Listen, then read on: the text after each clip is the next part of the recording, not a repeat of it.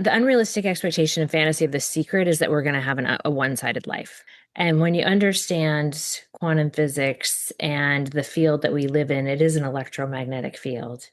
And so, one of the things that I love to assist individuals with is we are co-creating our life. And in every moment of our life, we have an opportunity, an invitation to see life as happening for us or see life as happening to us. So we can be a victim of history or a master of our destiny. And when we start seeing things as happening as on the way versus in the way, and I mean, even I assist individuals in the most, what we would want to describe as terrible, tragic trauma, as soon as we can ask the quality questions that help you see what came out of that, what terrific was there, how did that alchemize that pain into purpose? Welcome to Linda's Corner, where we bring more hope, healing, and happiness to the world. My name is Linda Bjork, and today we're going to be talking about rewiring our brains for personal transformation. I'm delighted to welcome Donna Parker. Donna is a global coach, marriage and family therapist, Demartini facilitator, EMDR practitioner, podcast host, and the founder of Evolve Coaching. You can reach Donna at her website, donnaparker.com, and I'll include that link in the show notes. Welcome, Donna. I'm so glad that you could join with me today. Well, thank you so much for having me. This is going to be a great conversation, and I very much enjoy checking out your podcast, which is Resolve, Evolve, and Rewire with Donna Parker. And I noticed that some of your guests are Dr. John Demartini and Dr. Joe Vitale from The Secret. And I'm excited to learn from you today. And I'm a fan of The Secret, and I'm hoping today will kind of be Secret 2.0. Where we get to hear some of the latest findings and the research about neuroscience and epigenetics and quantum physics. Where would you like to start? Well, thank you again for having me. And yeah, I mean, anything that is inspiring, what would be the most useful for your listeners? Anything, I mean, I love to learn about anything that helps us. Let's start Yeah, at the beginning. Let's assume that we have some people who are listening who don't even know what I'm talking about when I say The Secret. Let's start from there. Let's give an introduction of what is it and how can we use it? Sure. And I think it's the information that was the missing information from The Secret. But essentially is the unrealistic expectation and fantasy of The Secret is that we're going to have a one-sided life. And when you understand quantum physics and the field that we live in, it is an electromagnetic field. And so, one of the things that I love to assist individuals with is we are co-creating our life. We're co-creators. And in every moment of our life, we have an opportunity, an invitation to see life as happening for us or see life as happening to us. So we can be a victim of history or a master of our destiny. And when we start seeing things as happening as on the way versus in the way, and I mean, I assist individuals in the most, what we would want to describe as terrible, tragic trauma, as soon as we can ask the quality questions that help you see what came out of that, what terrific was there, what was what did we, how did that alchemize that pain into purpose? And so, when I look at The Secret, while yes, it's beautiful to manifest and create from an energy, where you're thinking about your energy flows where your attention goes, right? So neurons that fire together wire together. So many of us are unconsciously waking up with the same beliefs, the same thoughts, the same feelings that we had the day before, and then we just kind of keep creating in that same revolving loop. The same situation, maybe different characters in our movie, because people are really big into just like, oh, I'm going to cut them out, but then the next person comes along in the next form, because we aren't really appreciating the villains in our movie, right? So we aren't appreciating what life is offering us, and also owning our own villain. People are gonna, I assist people in getting really clear with, are you creating a life that's in alignment with what's really meaningful and purposeful and fulfilling and out of inspiration? Or are we creating a life from desperation? out of obligation, out of injections from authority figures. So part of being a co-creator is getting present to what you want, what you'd really love to create, what would you love to be, do, and have in all seven areas, but also not having an unrealistic fantasy or an expectation that in those creations that we are going to bring in challenges and support, pain and pleasure. We wouldn't be here if we didn't come into duality. Does that make sense? Yes. And Mhm. that is so exciting. This is a great place to get started. I do love The Secret. And I do recognize, like you mentioned, that it is one-sided, that it feels like all of a sudden now we live in a place of sunshine and roses and nothing bad is ever going to happen again. And there's also kind of a little bit of a feeling of you don't have to put in the work. Things will happen without that. So that's another little glitch in that. But real life includes challenges.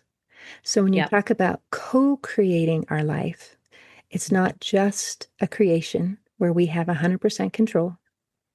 Other people are also creating their lives around us, and people can hurt us and do things that hurt us that we have no power over, especially when we're children.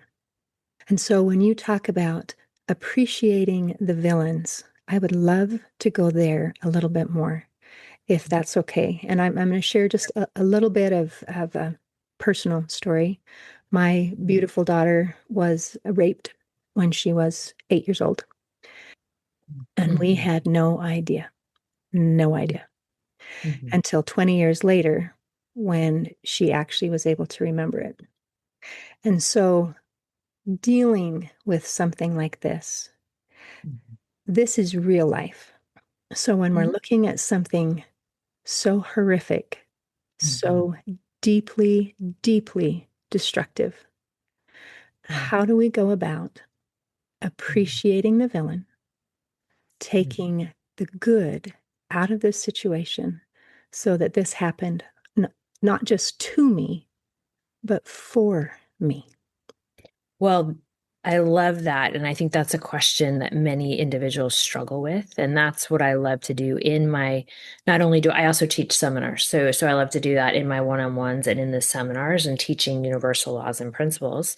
But so I don't want to minimize, right? I can even feel you as you talk about it, the challenge and the pain that your family experienced and that your family endured. I can breathe with you and hold space for you in that, and have also um had to come to terms not only with my own daughter's experience and mine. So with this being said, I've also had practice in, I call it, looking at through the questions,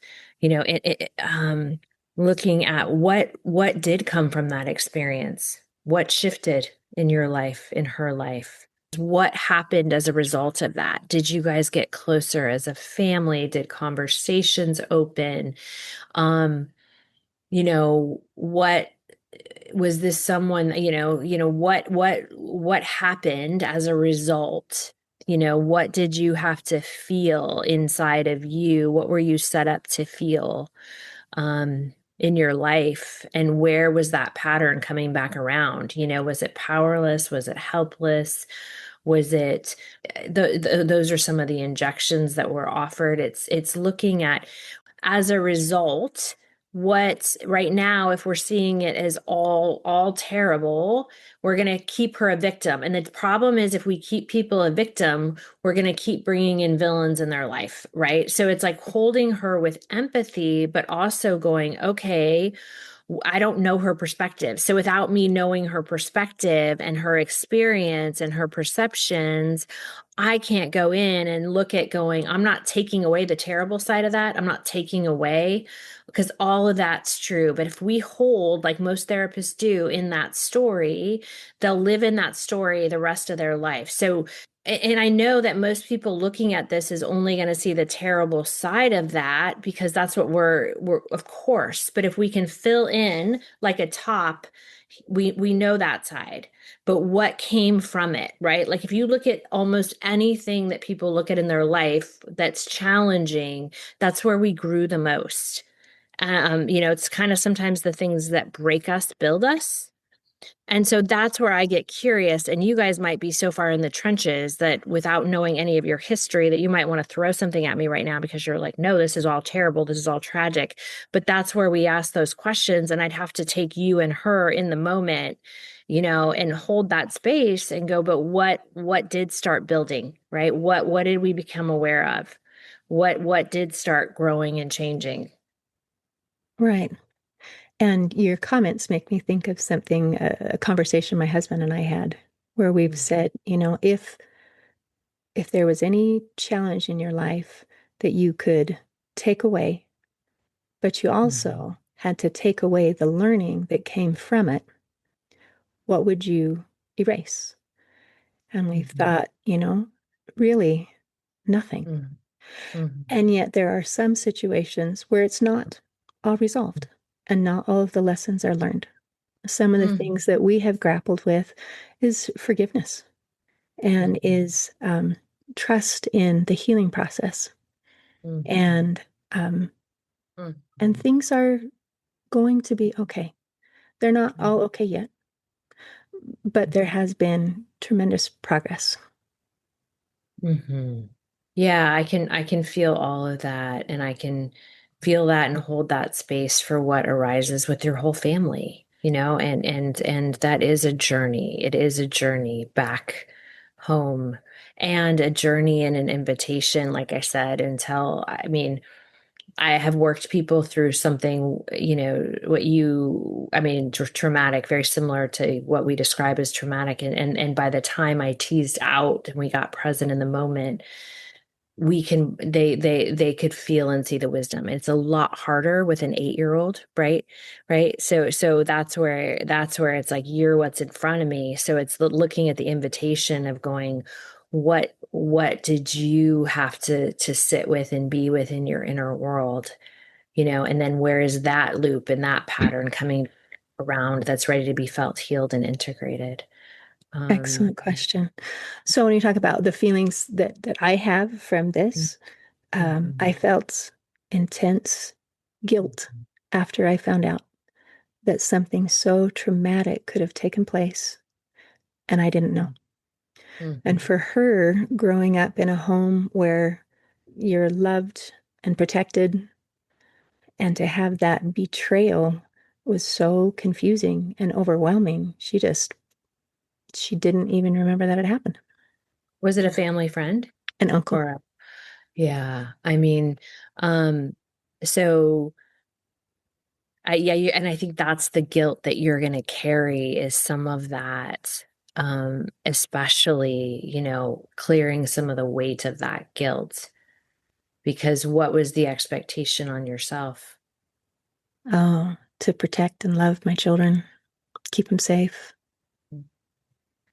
And, I don't know a parent that doesn't carry like, oh, my child's life would have been different, especially when they don't see the benefit of the situation. Like I look back now in some of the perceptions of what my children went through were traumatic, and after doing the work with them neither one of us would change it. And so that's a hard space to get to, and so it's really diving in and getting present in the moment. And what I will say, and it's a hard one to hear, is I was overprotective and wanted to be there and protect them from everything earlier on before I had this work. And some of my family, it's like when we understand, the more that we try to control, the more we attract out of control. And then also overprotection is going to lead to trying the addiction to safe is going to lead to unsafe. So it's a hard thing in life because I think life is trying to bring us into that middle where we You're going to be, it's kind of like we started with The Secret, the idea that we're going to have a one-sided life of all pleasure and no pain. So changing perception and feeling in the other side can help us love and appreciate my life, because anything that I'm a victim to and am resenting is running us. It's like a poison and it's a toxin, and anything we want to move away from is going to move towards us. So if we make someone a victim, or then we try to over control, it's like it'll just come back around in the next form, and the next form, and the next form. So, which isn't always easy, right? If we look at every moment of life as an invitation to dance, I don't just do that when things are easy. I do that in the hell, and I've been through it myself and assisted others through it. And again, I had the lady just today was in tears and was able to have appreciation for this encounter that her daughter had. So I know the questions of looking at, because we're wired, again, the quality questions are going to determine your life, but we're wired to look at what's wrong or what's bad, and we'll keep finding that. But if we can look at you clearing it, it's going to change the entanglement she has too, right? Like you finding like, okay, what opportunity did come into our life from that moment on, in her life, our life, in all seven areas. Quite frankly, this experience is part of why I do what I do. It's A gift why for you. I talk to people like you. It's why I'm trying to bring more hope, healing, and happiness into the world. That is like, thank you for, like, it's that it's hard to say thank you for that, but it's like, wow, what good can come from what we want to call bad, right? Like that's sometimes that terrible is what Right. catapults our fire. And who knows? I mean, I had a woman that was again chained, and I didn't work with her. Someone I know worked with her, and was, raped for days by a motorcycle game. And now she is a speaker, inspiring women in healing and empowering all areas of our life. And when you ask her, would you change that event? She would say no. And in those moments, there's even entanglement. There's moments in the brain. It's out in Scientific America. For every memory, there's an anti-memory.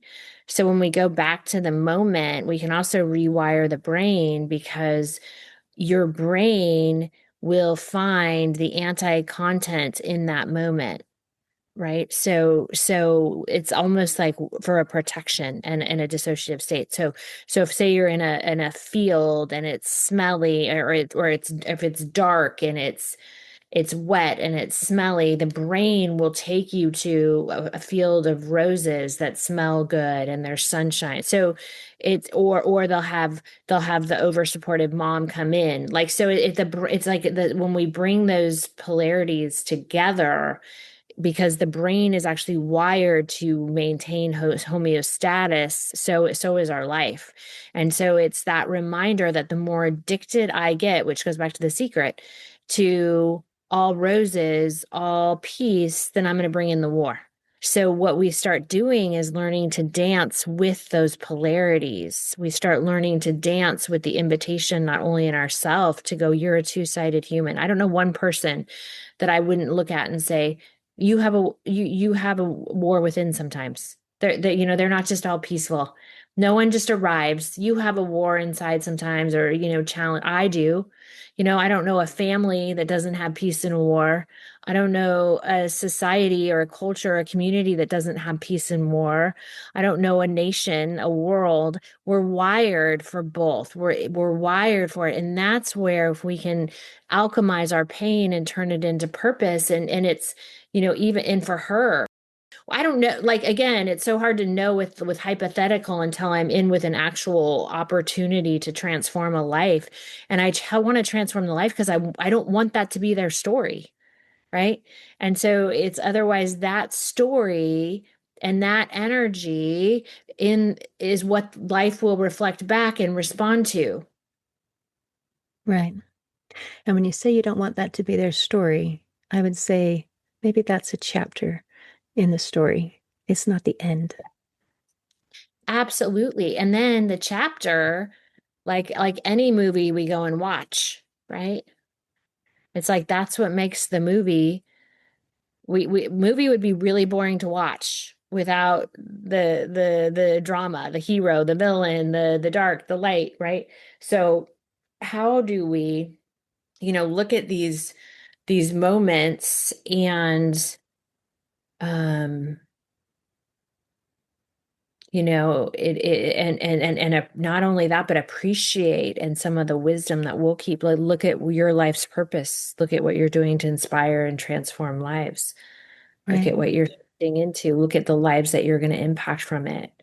Um, that wouldn't have woken up and been alive for you. And also the unrealistic expectation that parents are going to, kids are also here for their own experience too and their own journey. Yes. I love the analogy of the movie. We love to see the hero overcome the hard things. And then Mhm. if we're on our hero's journey, we see them becoming. And yet, Mhm. sometimes, frequently, we hope and even expect that in our own life, we get that hero ending without the hero journey. And I think that's kind of what we've been talking about today, kind of in a nutshell, is that the bad helps to strengthen us, and it's part of our own hero's journey. And it is okay. And it can be okay. It can be for us rather than to us. And I think that's helpful to know because we all have a lot of things done to us that we didn't choose. Mhm. Mhm. Yeah, for sure. And then what we want to call bad later becomes a blessing and good, sometimes instantly, sometimes 10 years later. And sometimes the good, you meet someone and you're infatuated and then later find the terrible and the bad in them, right? So Right, it's dancing with and finding the middle in that, those, right. yeah, And I think yeah. part of what our goal is, I know it's mine and I know it's yours, is to help people be able to get to the place where it is good because it doesn't happen automatically. You can stay in the story of misery, of life is doing to me, that I am helpless, that I am powerless, that I am not good enough. And it's a chapter, but I don't want it to be anybody's story, their whole story. Yeah, and I think that's why what I love about the Demartini method or that understanding quantum physics and principles, and Carl Jung talked about this. It doesn't have to be the story when we can fill in. The sooner we ask the questions that fill in the other side, the sooner we can liberate ourselves from that victim story. Otherwise, we just stay in that revolving loop of being a victim in our life. And again, I can not discounting in any way the pain, the challenge, the percept, the trauma, the journey, not in any way. And I've been through my own and so, but what I have found is that often many therapists are just wounded healers that are trying to save and that will keep people in their story and in their pain and making someone else the villain. But the problem is that they'll stay in the victim instead of going, what did this wake you up to? Like again, looking at what this woke you up to. And I don't have your daughter in front of me, but looking at, you know, even some of the health stuff, right? Like it's like what is she, what's alive, what's shifting in her world, what is changing in the family system in a different way. She is a monumental achiever. She's amazing. Well, she's like her mama then. Thank you. Donna, this has been delightful. Is there anything else that you would like to make sure that we cover before we close today? More than anything, I think the downside to when I think about, for some reason, since this started, manifestation is I think the unrealistic fantasy of life being roses and positive or ourselves being one-sided is the source of human suffering. Buddha said that, trying to attain the unattainable and avoid the unavoidable. And then we say swinging in but if we can get present in ourself, and again, I think that's really easy for individuals to do when we're in the ease. It's actually finding that center and having that faith in those moments that feel unbearable, that drop you to your knees, sobbing in the human experience. I've been there too. But when I get out of the other side of that, or I assist others getting out of the other side of it, there's a liberation. And a butterfly doesn't we don't dare cut it out of the cocoon at any age. We don't know what this is going to create for your daughter. We don't know where I know what it created for me, and so we don't dare rescue and try to cut a butterfly out of the cocoon until it has the strength to fly. And so it's very similar, like Rumi's guest house. How do I invite it in? And when we understand lineage and the patterns and the polarities and what we're here to transcend through the genetics, again, like anything, trying to over control attracts out of control. So it's just trying to understand it. We can hold space in all of that human experience, but also the overview of looking at it is an opportunity for everyone in the family to grow when we can find the right questions to assist in that. And that's what I love to do with families, individuals, in the retreats and the seminars that I teach, to transform and not make pain our story, and also alchemize it to our purpose. I love that. And I loved the thought that you shared about being able to dance with all of our different situations. And as we find our joy, and there is joy. Well, and I can hold space in the pain and that what your family's gone through. All of it gets to be true. Yeah, and I do. I love that. Most people take a stance and then they want to punish and become, and masters learn how to dance and dance with what's alive and what conditions are in our world, and use them as an invitation to dance versus taking a stance, which, trust me, in moments is easier said than done. I'm very aware of that. Thank you. You're so there's right. there's no ivory tower over here. I've been in the trenches, and then you get to the top and you can see the clarity. But for a while, part of it is it's the chaos in the hidden order of the divine hidden order until it's revealed. Thank you, Donna. Thank you, and thank you for sharing your heart and your journey and healing. And I can feel that for you and your daughter, and it's an honor to share this space and time. So thank you for having me on. Thank you. Mm-hmm. In closing, I'd like to share a quote from the Buddha. He said, "The mind is everything. What you think, you become." Today, I invite our listeners to use their minds to create lasting change. See you next time on Linda's Corner. Thanks for tuning in to Linda's Corner podcast. If you enjoyed this episode, please subscribe and share it with your friends to help us inspire even more listeners.